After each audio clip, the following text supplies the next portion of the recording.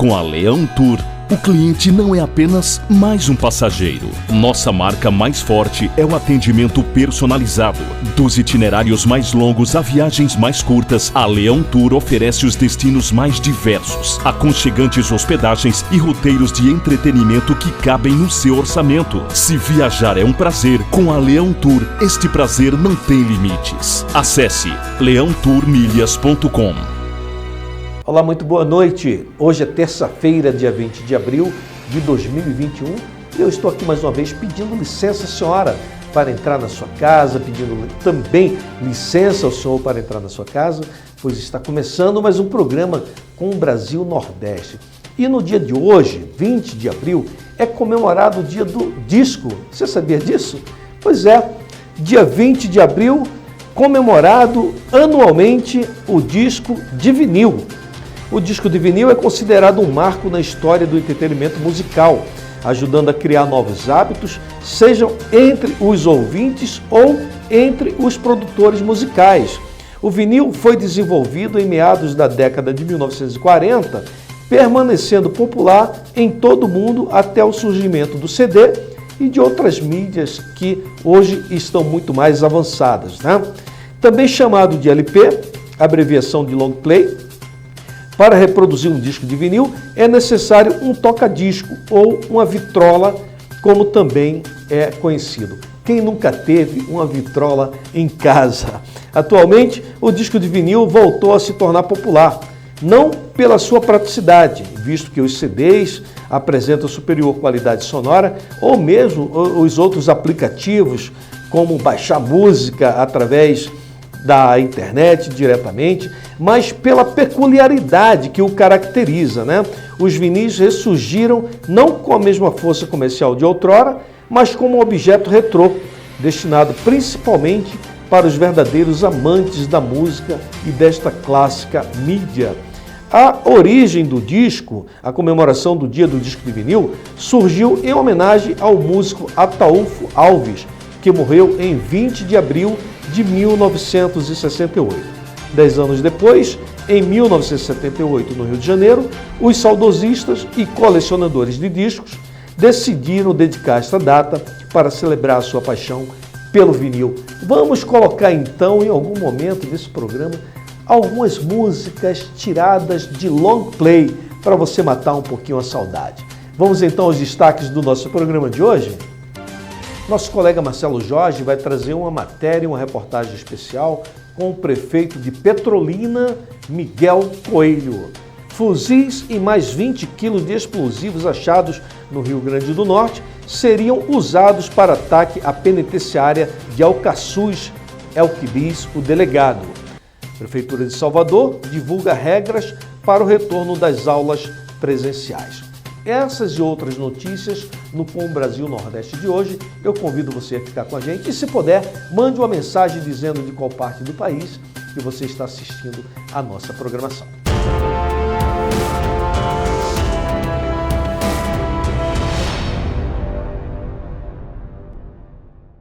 Vamos começar então girando a notícia. Vou chamar a Rita Brandão, que está na Bahia, e vai falar sobre a justiça que pediu notificação presencial de um juiz que foi preso. Rita Brandão vai falar também sobre a Prefeitura de Salvador, que divulga critérios ou regras para o retorno das aulas presenciais. Rita Brandão, boa noite, é com você. Boa noite, Camila. Boa noite, Sandro de Moura. Boa noite a todos os telespectadores do Com Brasil Nordeste. A Corregedora Nacional de Justiça, ministra Maria Tereza de Assis Moura, solicitou, após o juiz Sérgio Humberto Sampaio não ter apresentado manifestação nos autos de uma reclamação disciplinar, que seja realizada notificação presencial dele no Batalhão de Choque da Polícia Militar do Estado da Bahia, em Lauro de Freitas, onde está detido por determinação do Supremo Tribunal de Justiça, TSJ. O procedimento em questão é de autoria da Corregedoria-Geral do Ministério Público da Bahia. No ofício, a procuradora pediu que sejam apurados fatos dos autos de uma ação de reintegração de posse e outra de nulidade do registro público envolvendo as terras sobre disputas no Oeste Baiano. Segundo o documento, a suspeita é de que tenham havido concluo entre os magistrados. A Prefeitura de Salvador divulgou os critérios para o retorno das aulas presenciais na cidade. As aulas estão suspensas desde março do ano passado por causa da pandemia. Segundo o Ministério Público da Bahia, apesar de ter feito a divulgação no Diário Oficial do município domingo 18, a Prefeitura ainda não notificou o órgão oficialmente. Na decisão, o Ministério Público Bahia pediu que o município dê ampla divulgação aos critérios, especialmente no endereço eletrônico da Secretaria Municipal de Salvador. As atividades escolares presenciais poderão ser suspensas quanto ao fim do período de 14 dias após a reabertura da taxa de ocupação de leitos da UTI Covid-19. Adultos for superior ou indicado em percentual superior a 5 pontos percentuais. A retomada das atividades escolares deverá ser monitorada e, em paralelo, às ações de imunização dos professores e da população em geral. Serão avaliadas condições como a evolução ou involução de novos casos, casos ativos, óbitos, disponibilidade de leitos clínicos e de UTI, a taxa de transmissão, podendo facultar a manutenção do funcionamento das atividades escolares da rede pública ou particular, desde que o conjunto de fatores indiquem tendências de queda, de estabilidade ou de incremento no risco de contágio e avanço da pandemia. Ainda na Bahia, a possível greve dos rodoviários está dando o que falar. O sindicato da categoria afirmou que a paralisação não será bom para a cidade. Isso é o óbvio, né? Todo mundo sabe, já está um caos em tudo quanto é lugar, imagina parando o ônibus. Rita, mais uma vez. O presidente dos sindicatos dos rodoviários e vereador Hélio Ferreira, PCdoB, fez um alerta sobre a situação do transporte público na capital durante o discurso no plenário da Câmara de Vereadores de Salvador. Segundo o presidente, uma greve geral dos rodoviários não seria boa para a cidade.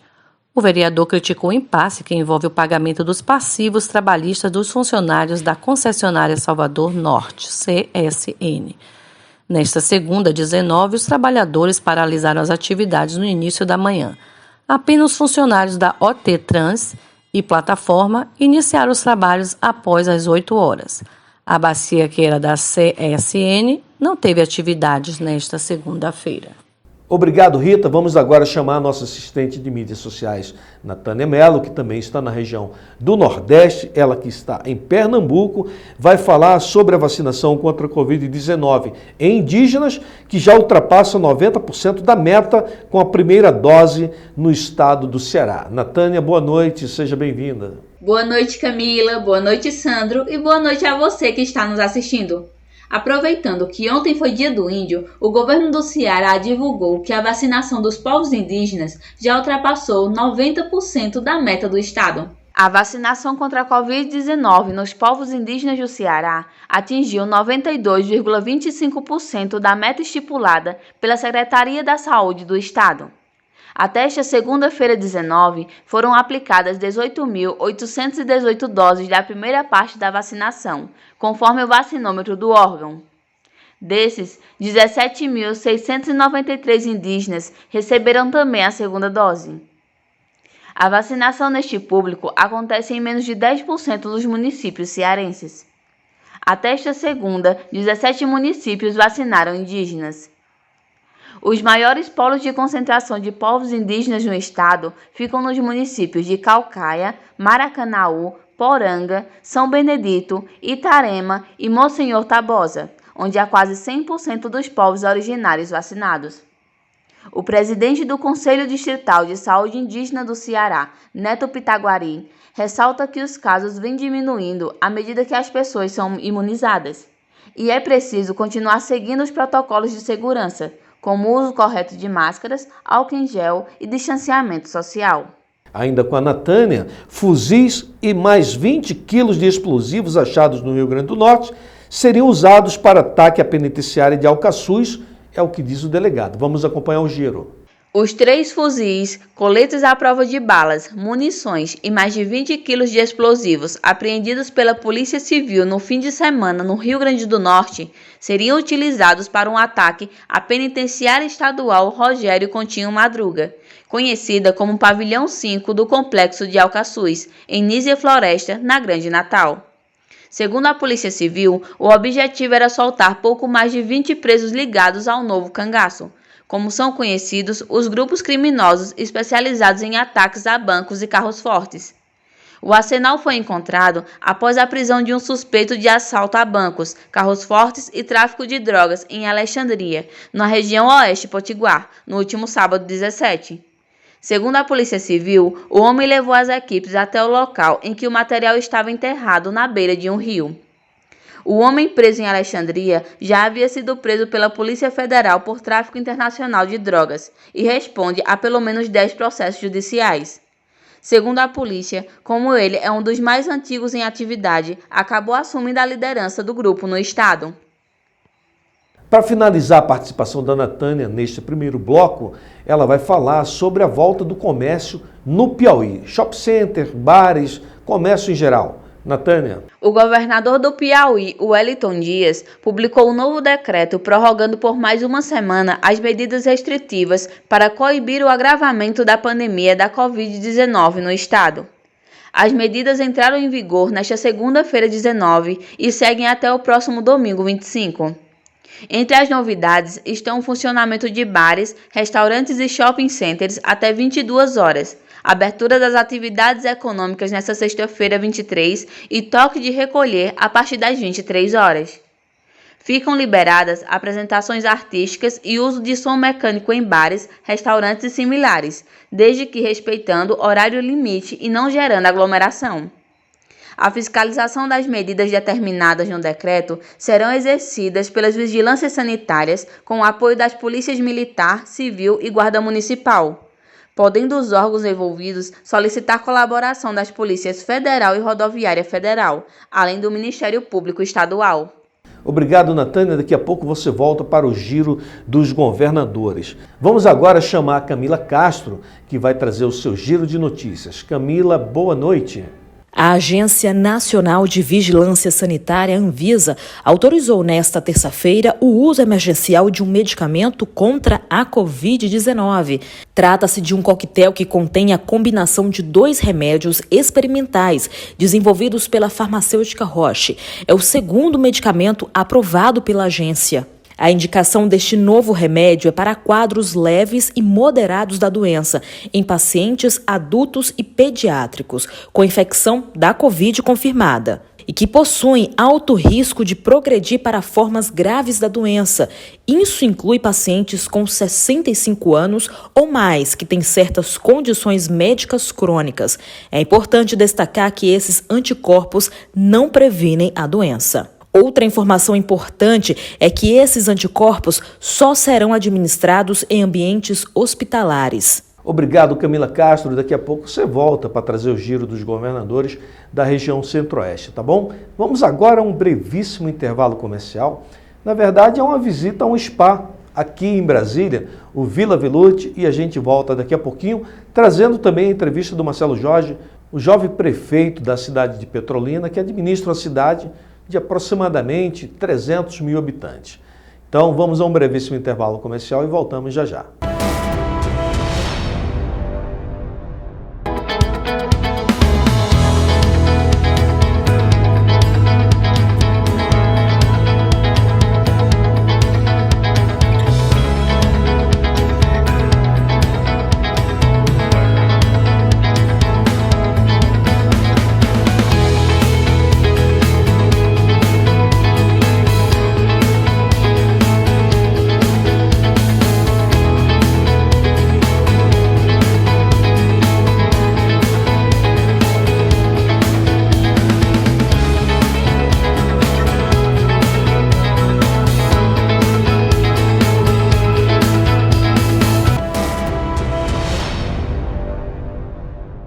Estamos de volta agradecendo o carinho da sua audiência, dizendo que estamos aqui aguardando o seu WhatsApp, hein? Passa o WhatsApp para a gente quer saber de qual cidade que você está assistindo a nossa programação. Queremos abraçar você, queremos abraçar a sua cidade. Aliás, daqui a pouquinho nós vamos abraçar cidades que estão aniversariando. Vamos agora chamar o nosso colega Marcelo Jorge.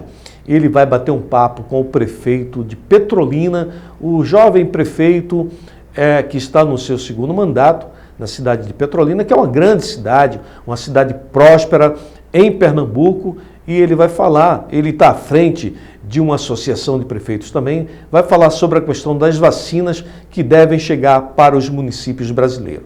Marcelo Jorge, muito bem-vindo, boa noite. Boa noite, Sandro de Moura, toda a equipe com Brasil Nordeste. Olha, eu tive uma conversa agora há pouco com o prefeito do município de Petrolina.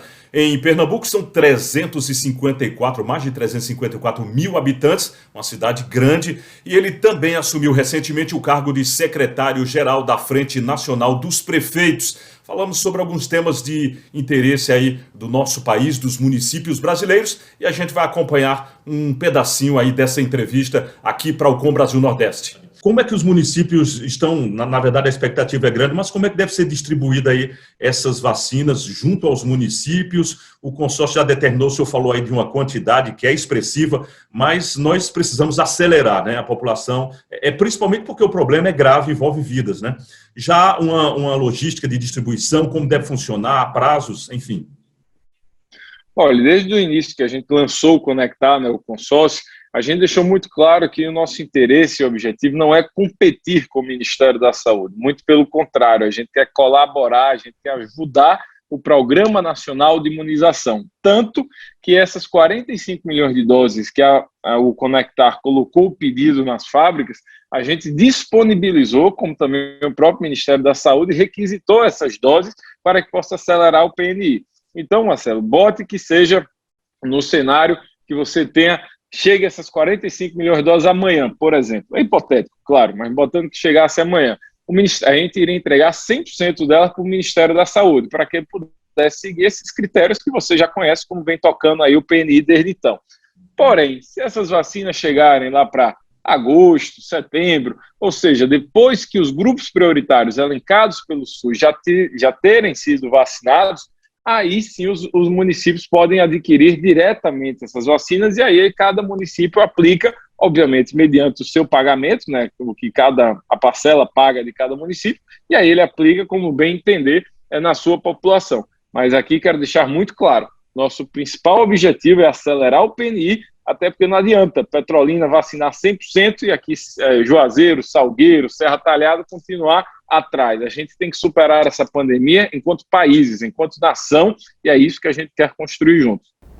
Você está assistindo a entrevista que o Marcelo Jorge fez com o prefeito de Petrolina, o Miguel Coelho. Ele vai falar um pouco mais sobre as pretensões do consórcio de prefeituras que se uniram aí para trazer vacina para o povo brasileiro, diretamente para as cidades. Vamos ver como é que é isso. Marcelo Jorge vai continuar batendo papo com o prefeito Miguel Coelho. Afinal, prefeito, são 5.570 municípios aí, todos sofrendo. Alguns, claro, mais, outros menos, mas todos, enfim, dentro dessa conjuntura tão grave.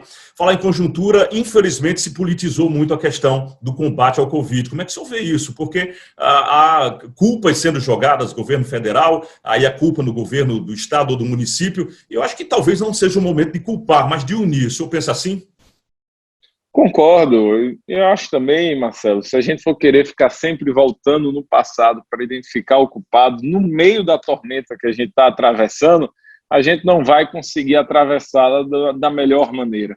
Eu acho que temos que reconhecer os erros do passado, e quem errou sabe que errou, porque tem essa consciência muito tranquila, e a gente tem que olhar para frente. A gente vê, infelizmente, o número de óbitos, a média de mortos continua no crescente, o número de casos continua no crescente, as dificuldades que as cidades e estados de todo o Brasil está passando para poder, desde o kit intubação, desde leitos de UTI, de profissionais de saúde, enfim, tantas outras desafios que eu poderia aqui elencar. Então, esse é um discurso que eu tenho feito muito. Minha gente, a pandemia, e você mesmo disse no seu início aqui, Marcelo, ela não tem cor partidária, ela não quer saber classe social, ela vem, pega e mata se deixar. E aí precisa de nós, gestores públicos e lideranças públicas, de nos unirmos uns com os outros para que possamos tirar o maior proveito e sinergia desses esforços conjuntos para que a gente possa preservar vidas. A gente viu ali aquela comissão que foi lançada pelo presidente da República, junto com o Congresso Nacional, junto com governadores, junto com os prefeitos.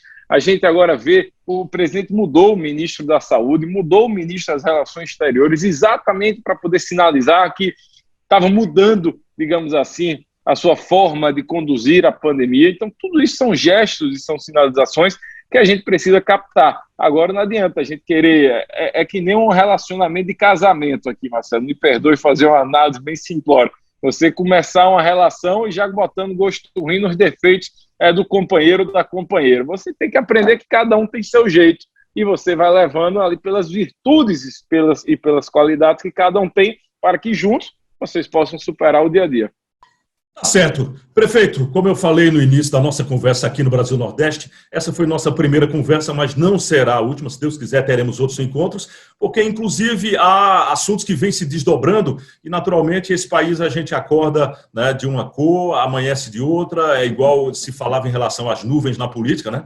E as nuvens da política, e olha, de um momento está de uma forma, depois de outra, e aí a gente vai querer também ir atualizando essas conversas, porque a sua visão em relação ao Brasil, e mais especificamente a Pernambuco, ela não é visão limitada, ao contrário, uma visão de quem tem, na verdade, projetos muito interessantes aí, e esses projetos, quando são bons, devem ser replicados para toda a comunidade. Então, nós esperamos que possamos, em outras oportunidades, também debater assuntos aí, como debatemos hoje, de interesse da nossa população. Agradecer por sua presença, pela gentileza e tirar um pouco do seu tempo para nos conceder esse espaço, esse momento aqui no Arena Brasil Nordeste. Prefeito.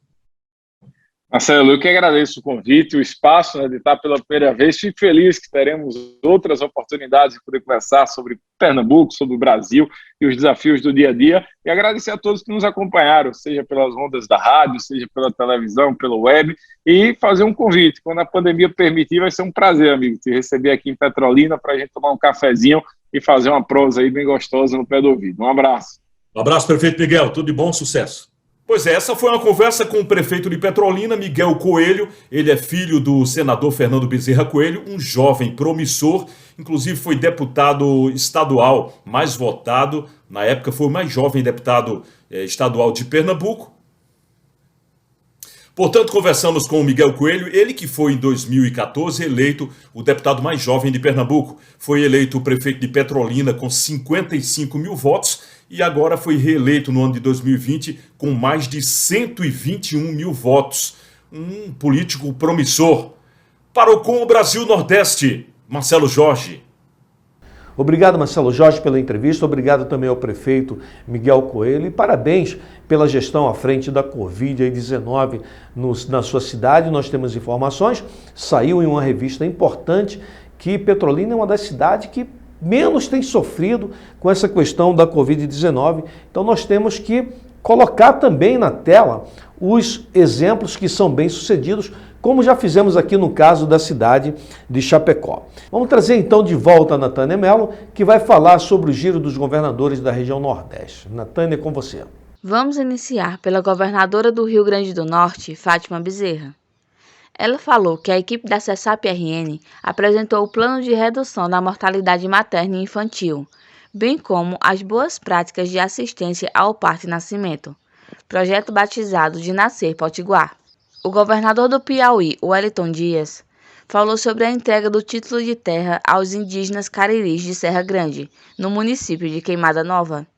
Esse título de terra beneficiou cerca de 60 famílias. E para finalizarmos, o governador do Ceará, Camilo Santana, publicou em seu Twitter que o STF liberou a importação da vacina russa contra a Covid-19 no Ceará, caso a Anvisa não se manifeste até o fim de abril. E diz que continua firme nessa luta e só descansará quando todos os cearenses estiverem vacinados. Fico por aqui e volto com vocês aí nos estúdios. Agora vamos ao giro das mídias sociais dos governadores da região Centro-Oeste com Camila Castro. Camila. O governador do Distrito Federal, Ibanez Rocha, informou em suas redes: no dia 22, quinta-feira, iniciaremos a vacinação da segunda dose da AstraZeneca. O intervalo da aplicação é de 90 dias. As doses estão reservadas para garantir a imunização completa de 41 mil pessoas que foram vacinadas com a primeira dose, entre o final de janeiro e o início de fevereiro. Em uma outra publicação, o governador aproveitou para informar: nós já vacinamos no DF mais de 360 mil pessoas com a primeira dose, seja de AstraZeneca ou Coronavac. O O governador de Mato Grosso do Sul, Reinaldo Azambuja, disse: "Hoje cedo participei da formatura remota de 254 novos sargentos da Polícia Militar e anunciou que no início de maio haverá nova formação de mais 650 novos policiais e bombeiros militares, além de 260 policiais civis." Ronaldo Caiado, governador de Goiás, publicou: "Tem obra em todo o canto e o nosso trabalho para reconstruir Goiás não para. Na próxima semana lançaremos um pacote para reforçar 7 rodovias do entorno do DF. Um investimento de mais de 11 milhões de reais que faz parte do programa Goiás em Movimento." Vamos continuar. Queremos agora abraçar as cidades que estão fazendo aniversário hoje. Águas de Santa Bárbara, no estado de São Paulo, Pesqueira, no nosso querido Pernambuco, e Lagarto, no estado de Sergipe. A todos os munícipes destas cidades, de Pesqueira em Pernambuco, de Águas de Santa Bárbara em São Paulo, de Lagarto no estado de Sergipe. E se a sua cidade também está fazendo aniversário, sinta-se abraçado, sinta-se abraçada, manda uma mensagem para a gente dizendo que está fazendo aniversário. Quem sabe a gente fala ainda no programa de hoje. Não, no programa de hoje não dá mais. Mas amanhã a gente faz menção da sua cidade também, tá bom? Olha, para finalizar, eu quero trazer o De Olho na Rede, porque alguém postou algo nas mídias sociais que chamou a nossa atenção e nós queremos dividir com você aqui na tela da TV Com Brasil. De Olho na Rede. Ô menino, vai pra casa, ó. Seu pai tá ali procurando, filho de Deus.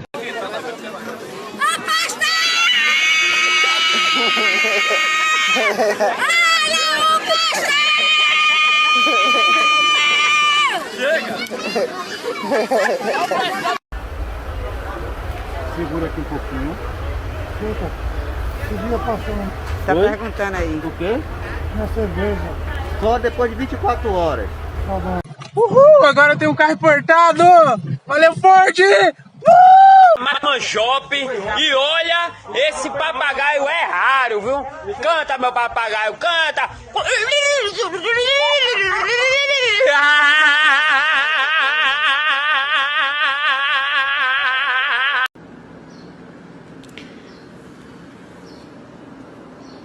Ele não tem nem vergonha na cara dele de fazer uma coisa dessa. Quem se identifica? Vem que eu tomar uma gelada e ganhar dinheiro, arracha pra cima. Desce. Ai, trabalhar, vagabundo. O Palmeiras não tem mundial. É isso, momento de descontração para terminar o programa de uma forma mais leve, para que você possa ter o seu início de noite de forma mais tranquila. Quero pedir que Deus abençoe muito a senhora, o senhor, a sua casa, a sua família, e quero pedir o carinho da sua gentileza de amanhã estar de volta conosco aqui no programa Com Brasil Nordeste, aqui na tela da TV Com Brasil, porque tudo que é bom, com o Brasil fica ainda melhor. Obrigado mais uma vez. E até a próxima.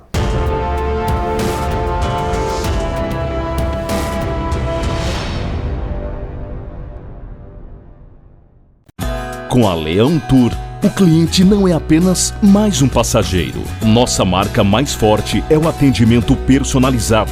Dos itinerários mais longos a viagens mais curtas, a Leão Tour oferece os destinos mais diversos, aconchegantes hospedagens e roteiros de entretenimento que cabem no seu orçamento. Se viajar é um prazer, com a Leão Tour, este prazer não tem limites. Acesse leãotourmilhas.com.